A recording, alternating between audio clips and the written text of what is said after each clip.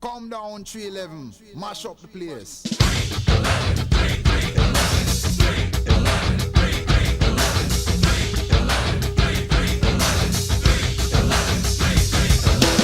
you what I like, this moment of unity. When there's no distance in between you and me, I gotta stop when it becomes us and them. Need an enemy for ego too. We need to make preparations to get scooters assembled.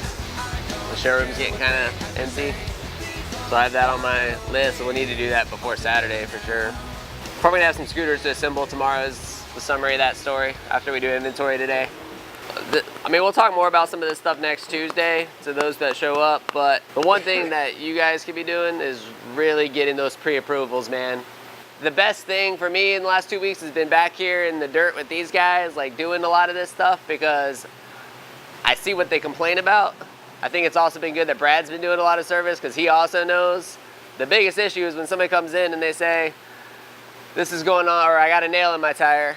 And we say, okay, no problem. We check it in, put it on the walk-in map, but we don't tell them how much it's gonna cost. That gets frustrating because we know there's a nail in the tire, it needs to be replaced.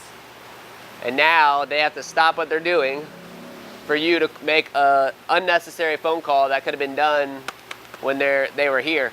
So any walk-in, anything you're about to put on that mat, you should have a pre-approval for.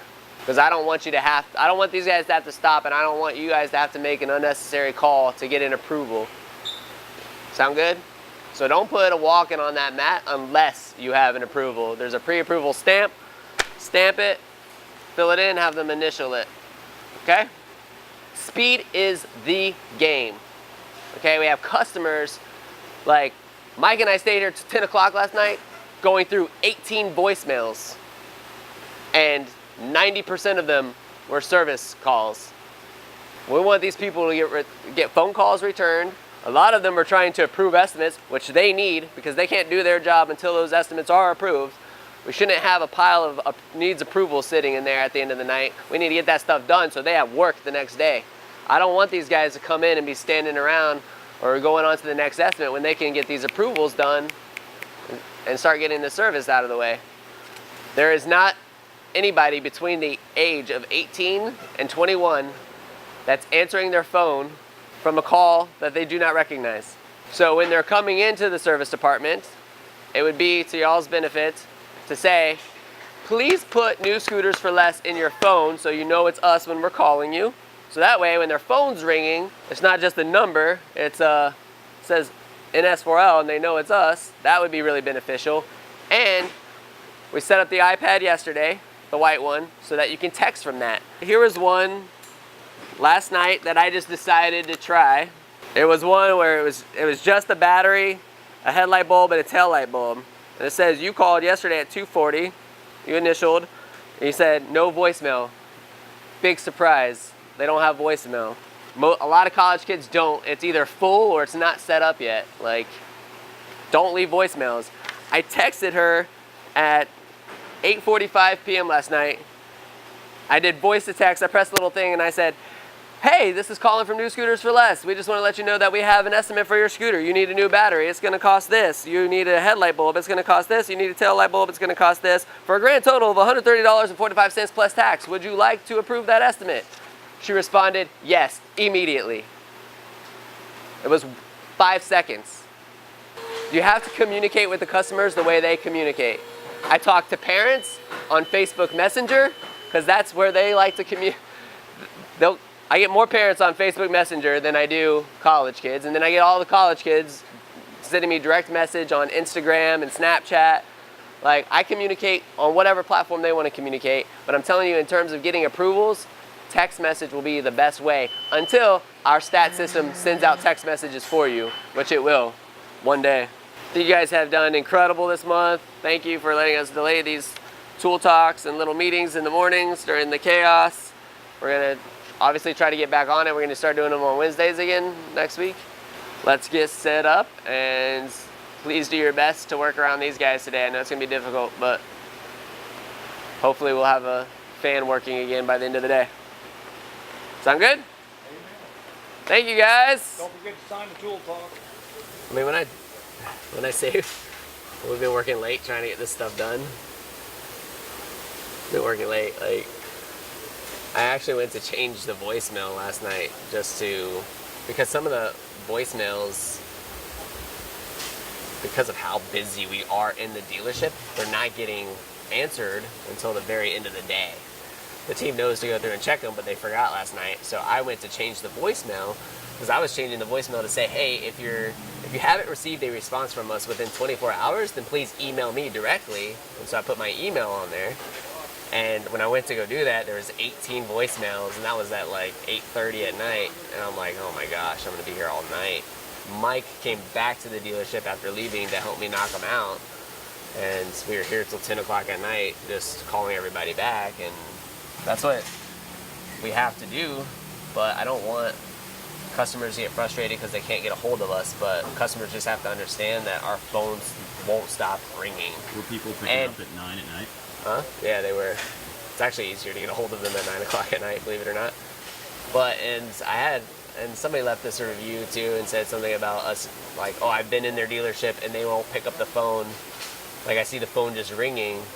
But what they don't understand is that we have multiple lines. So if somebody's on the phone and it rings again, like, you can pick it up. And if those two people are on the phone and it rings again, like, it'll just keep ringing. So there's multiple lines, and like, I'm never gonna answer the phone if I'm face to face with a customer. I feel like that's very rude. If you're the customer and I'm talking to you, I'm not gonna say, hold on a second, let me answer the phone, and then get stuck in a 20-minute conversation. So we always pay attention to the person right in front of us, and in hopes that somebody else can grab the phone, and if they don't, that's what the voicemail's for, and we will call everybody back. It just might be at 10 o'clock at night during our busy season. It's not what I want, but with the volume of traffic, God, we just sold over 300 scooters in 30 days. Like, and that's just in new scooters. That doesn't include anything related to storage, anything related to service. Like, so with the amount of traffic, phone calls that are coming through the dealership, it's just intense. Sometimes phone calls will get returned at 10 o'clock at night. We will return them. And if for some reason, that's why I wanted to put my email on there saying, well, you can get a hold of me directly if you haven't received a response, because I want to make sure that my team is doing what they're supposed to be doing. And they all do, but sometimes that one thing that we have that to-do list, and sometimes when it's 9 o'clock at night, you forget to check that voicemail right before you leave, you know? We got tons of service, and that's what I'm doing. Like, these are all people that we're still waiting to hear from. So that's the other problem. You know, we call the customers to give them their estimate. No, so what I was saying was that this pile right here, this is all people that we're waiting to hear from. So we've looked at the scooter, we've made our attempt to call them. We're either getting a voicemail or not getting any, we leave a voicemail and they don't call us back. And that also delays the process. That's why I'm so on top of these guys about trying to get things pre-approved ahead of time, because it's exhausting to put something like this person's repair on a lift, do an estimate, and then have to pull it down because we can't get a hold of the customer. We have to go on to the next thing. So I'm trying to do things that will allow us to not have to wait a week to hear from a customer with an approval. That's why I'm working really hard on our stat system online, more communication, whether it's text. Like, I even push the service riders. I'm like, if you haven't heard from them in 2 or 3 days, then send them an email, send them a text, find them on Facebook and message them. Like, that's the things I would do, because I want to get this done. I'm very much like, check it off the list. Let's get your scooter done. Like, you don't want your scooter sitting in here for 2 weeks. We don't want your scooter sitting in here for 2 weeks. We want, once we have an estimate for you, we want to get it done. You see this? I have a repair I gotta do. Look. Anna, put me on the rope in. You see this? I just told him we got a new tech moving. Do I gotta get a sign up here above it? He's using my lift. This is where I've been working. Yeah. I took over this spot. I just giving him a hard time. I want y'all to welcome the new tech down. New tech here, moving the tools in. I'll be nice to the new tech. Got a new tech moving in.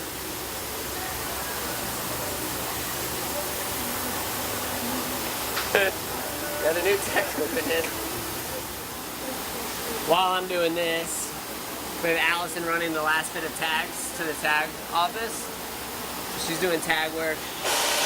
Mike's gonna try to get all the last deposit stuff in, like so that, I mean, it's the last day of the month, so we're always trying to make sure all of our numbers are accurate. Inventory is a big thing that we have to do today. So Mike's already been walking around the dealership counting scooters. We do a physical count just to make sure that everything is correct. I mean, it's kind of like our checks and balances, you know? But that end of month check is just the way we do our cost of goods adjustment for inventory at the end of the month. So if anybody kind of wants to get a sneak peek of how our sheets work, right? This is our repair order, but the techs actually get this piece of paper and they go through, does a scooter run, has spark, compression, fuel, just basic checks, okay?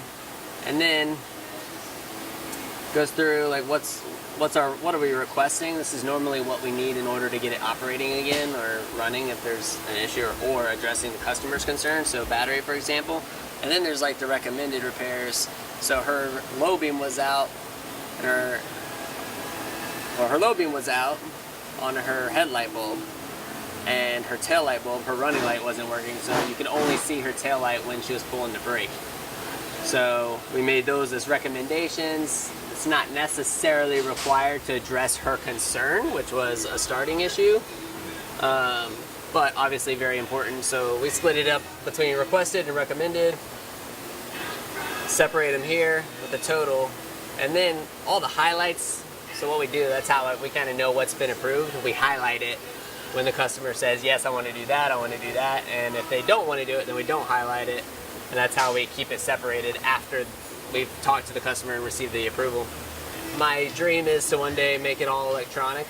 So maybe we have like iPads at each station or something like that, where they can go through like an actual, like pull up the repair order on the iPad and then just find the stuff, put it in there. But one step at a time. But now that this is done, we'll just put the mileage on it. We'll put it in the completed, like, to be invoice pile, and then the service riders will grab it from the to be invoice pile and call the customer and let them know it's ready. So I'll attach these little Ziplocs to there. They'll reuse the Ziplocs for future bulbs. Just recycle and reuse, but they'll make sure that that stuff gets pulled out of inventory correctly.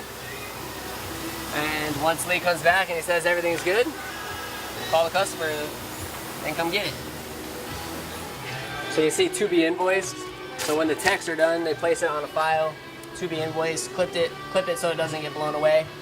Anytime the techs need approval, they'll put it right here. This is our incoming pile, so this is everything that we have to do service-wise. So you can see there's quite a bit of them. Now, myself, Mike, or one of the other service riders will go through and see if there's anything that is warranty. So if there's a warranty repair, we like to get those taken care of relatively quickly. So they'll get separated into a different spot here. Then we have incoming easy. Incoming easy, things like tires. We're not gonna make a customer wait 2 weeks to get a tire replaced. If we see a tire, we're gonna bust that out. So incoming easy, and then NS4L scoots, things like our rentals, things like used scooters, or things that came in on trade. Anytime somebody trades in a scooter towards a new scooter, that our intentions are always to resell that trade. So we create an SRO for it, which is service repair order, put it in that file, and then a tech will look at it, do the service that it's needed before it gets put on the lot. Every used scooter that we sell goes through the process of getting an oil change, pure oil change, spark plug, any basic services that are required before it goes on the lot. So this customer is saying that their speedometer cable or their speedometer is not working. Usually that's because it's not attached here. So like the cable is broken, or the gear's not grabbing down here in the wheel. This, I'm not sure if it's attached. So what I'm gonna do first is check and make sure it's attached up here at the head unit before I take the wheel off. So you see right here, this is where the cable attaches to the unit. was hoping that I'd find that disconnected and that would solve my issue, but it looks like it's connected. But while I'm up here, I'm just gonna make sure it's tight. So unfortunately, that was not my problem. So my next suspicion is that it's probably down, the gear down in the wheel. Checking to see if the cable is broken.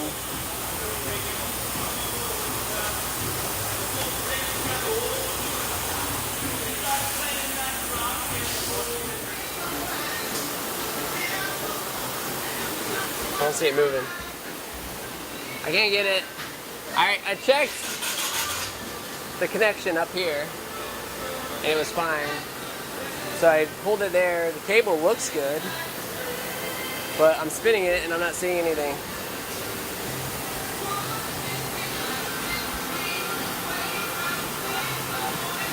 Yeah, I don't know how much I can see it jump by doing that.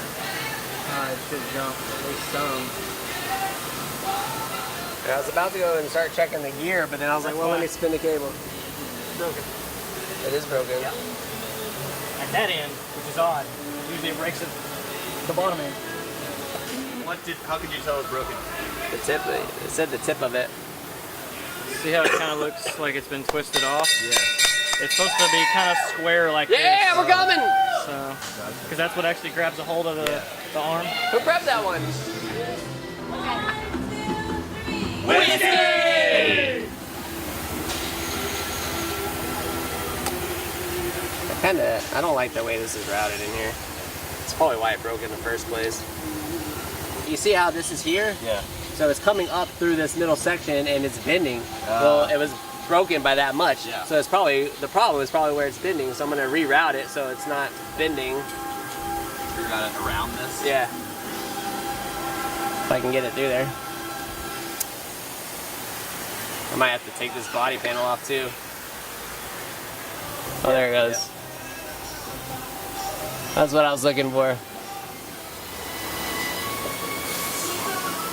So another thing to be careful of, make sure like cables, that's why they have these little routers, make sure they're not rubbing the tire, because obviously if that tire's spinning right there, if that was against there, I've seen that before with brake lines.